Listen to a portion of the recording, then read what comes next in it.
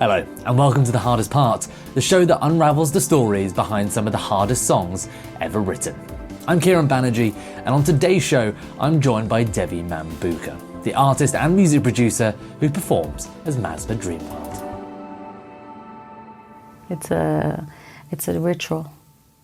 It's a invoking of the goddess Mother Kali, who saved me. I just do what she asks me to do. There's no deciding. Each time you play, it's different.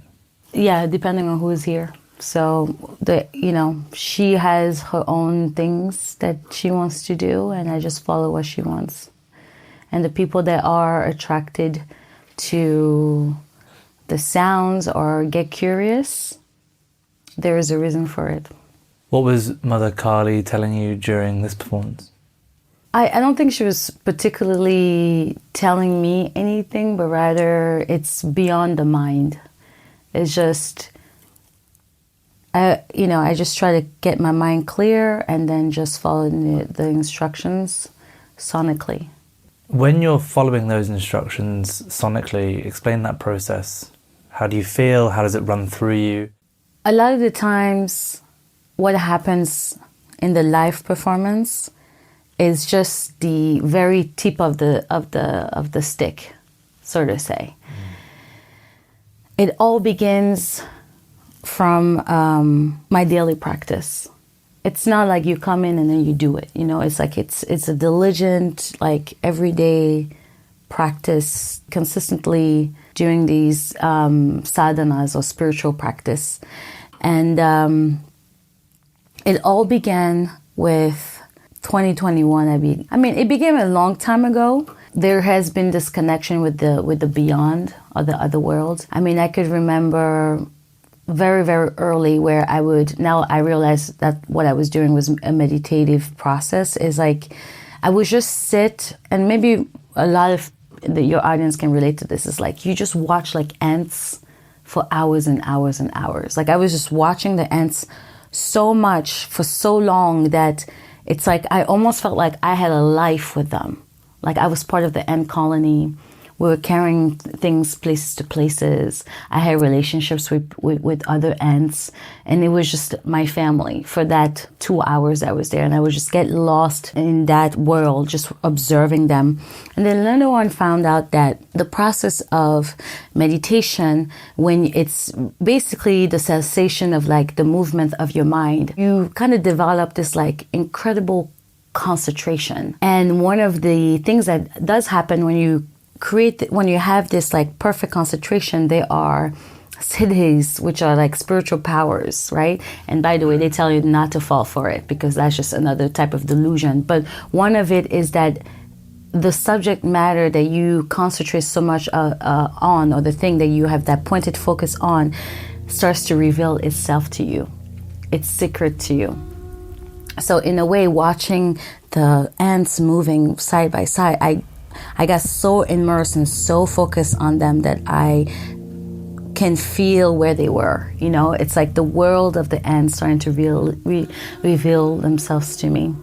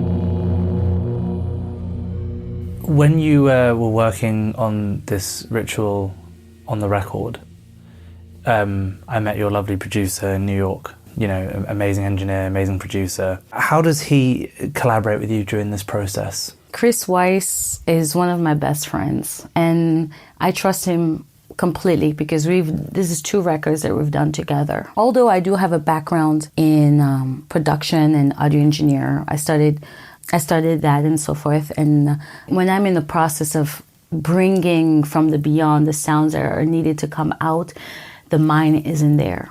So Chris becomes like a co-pilot for me. So he holds down the fort. And what's really cool about Chris is that he works super fast. Think of it as like we're on the boat together. Chris is the captain of the ship, and I'm the one on the lookout. And I'm like saying, here's an iceberg coming in, steer the ship there, and let's go for it. And so it's like I'm at the threshold of this world and the other world. And I'm bringing the information in to the point where at some point we speak the same language.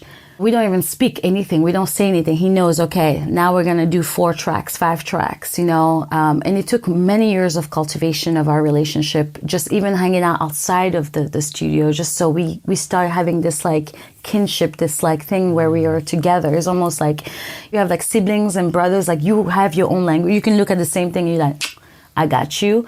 We have this kind of bond. So in the studio I'll be in, I'll be like, okay, get 4 tracks ready. He will get 4 tracks ready. I will come out of it. He already knows what to apply, what kind of effects, whatever to affect, because we have developed this language where he knows already what the spirit wants. And I think that the spirit also whispers to him now, because we're in this, like, time doesn't even exist. It's like we're just suspending in time for hours and hours and hours, and we work very quickly that way. The spirit actually guided and made everything possible for me to even take those audio engineering classes. So they're able to use what I have in my subconscious to communicate, whether it would be, chop this up over here, because I know how to produce. So it's like I can communicate with him at the same time without having to break the concentrations, in a way to kind of like do it myself.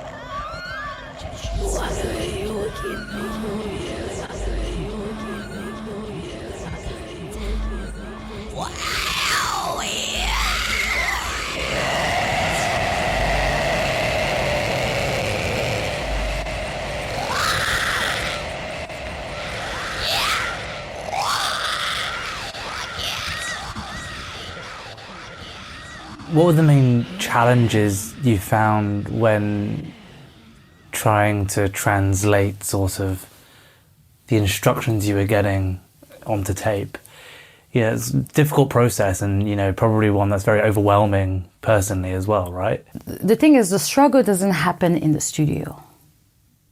The studio is just, at this point we've already worked out the channels to be open and ready to go. And I know Chris since 2019. We've known each other for a little while, and we've worked on a record already. The first time we worked on a record, I just trusted that he would just know that if I'm saying something, it's it's like the energy there isn't like like all the pleasantries are out. Could you please have 4? It's like 5 tracks, 2 tracks, let's go. And it's like we know we're just efficient and we work together. Maybe I would say discussion would be better for him, because maybe sometimes I see the kind of the frustration, because sometimes I do not make much sense when I'm in that state of creation, and I'm like, it's like, but what do you mean? What do you mean 4 tracks and then like this and like this? And then we figure it out after the, in post-production. That's when I get a little more hands-on, and, like I help do all the arrangements and co-produce, at the end for like post-production. But in the moment of create, because nothing is written before. I don't have anything material written or rehearsed, it's just kind of like the picture, I hear it, they show me, they're like, okay, like this, like this, like that. And then I try to communicate with that. It's not so much of a challenge because like we always are getting inputs from the outside world. It's whether you want to listen to it or not. So it's just like fine-tuning concentration, fine-tuning a space of being, and having ultimate trust with Chris. I trust Chris explicitly. Like I trust Chris with my life at that moment, and we trust each other, and he trusts the process that's happening. It's just giving yourself over to the process, really. It's the most important part of any creative process, Yeah. really, isn't it? Yeah. I always finish all my interviews with the same question. Yeah. It comes from a place where an album by a band I really liked released their latest record. Everyone told me it was great. I didn't like it, really let me down. Yeah. And then I heard the lead singer speaking about a very specific track on the record, and he pointed out all these nuances in his vocal performance which related to what it was about, etc., etc. And then when I listened back to it, it became my favourite of their tracks. It changed the entire way I heard this song. You know, our audience about to hear this ritual that you performed for us in the studio today. Is there anything you want them to specifically listen out to, which is going to change the way they experience? Perception is everything. Like I can say certain things and it would just ignite certain things for them. So the way I create this album could be, that's my experience, but I want them to experience the way they need to experience it, because this sound is kind of like little pockets and seeds of activation for whatever it is in their subconscious mind. And the reason why I'm saying this is because the hardest part of this album wasn't in the making of it. The hardest part of this album was what happened leading up to it. And for a long time, I've been a spiritual seeker. For a very long time, since I've been very, very little. And I've tried almost everything that I thought, you know, I was guided to. And even when I started to hear the voices and the guidance, okay, now you need to start making music, you know, and I'm like, okay, but I don't have the money to. And then money will come and people will help out. Things will open up for me. They would guide me into places of like listening to different field recordings. Okay, now record the field recordings, and working with the spirits, the ancestors, and so forth.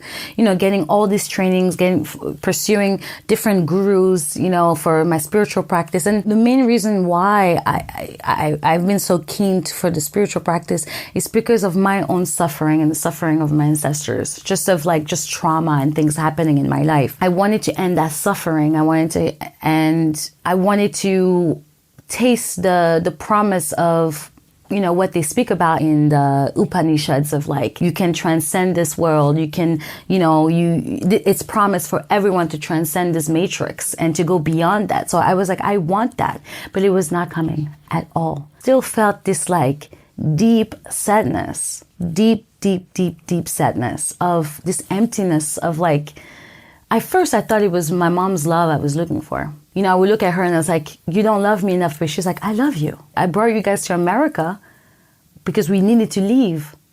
You know, I've never left you. I didn't leave you. But I was not hearing it because I was feeling this hole, this sadness.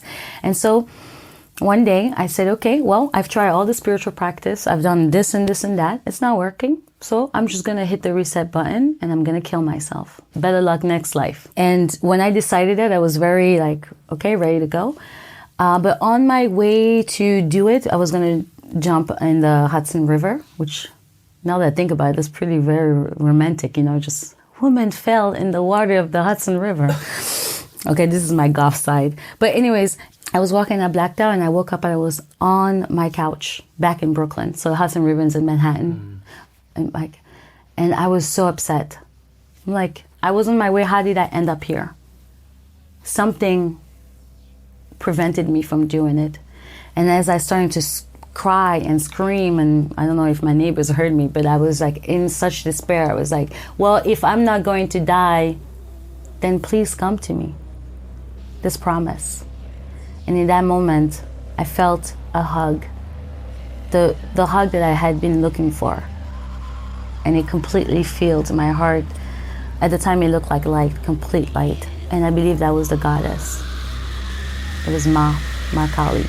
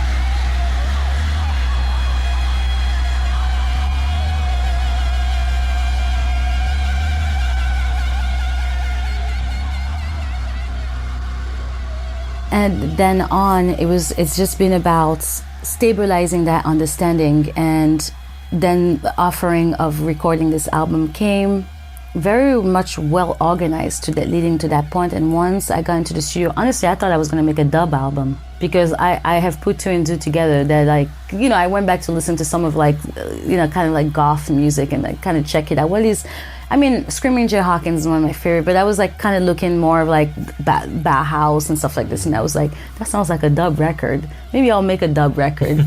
Once I got into it, Ma came in, Ma Kali. That's when I say Ma, I mean Ma Kali.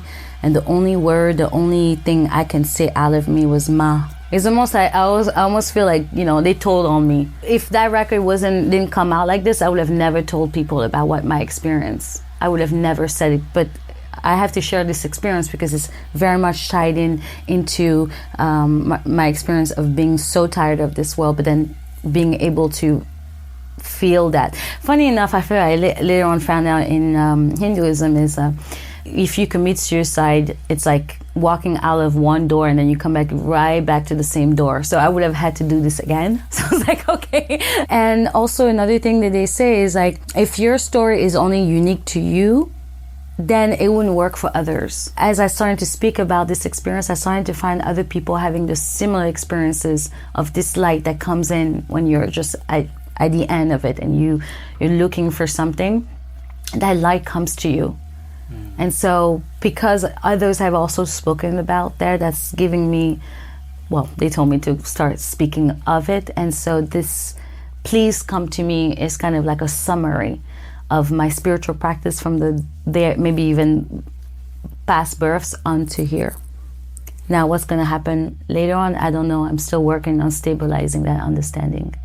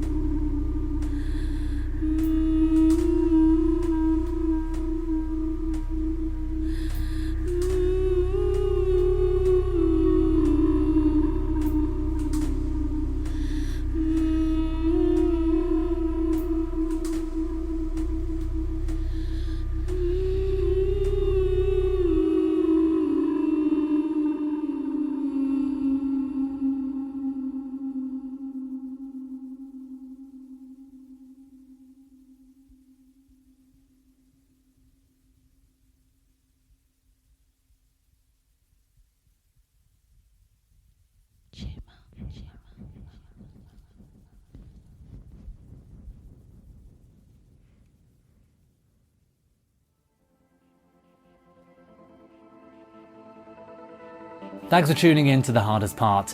Make sure to leave us a review and subscribe wherever you get your podcasts. We're on all major podcast platforms, including YouTube. Until next time, I'm Kieron Banerji. We'll see you then.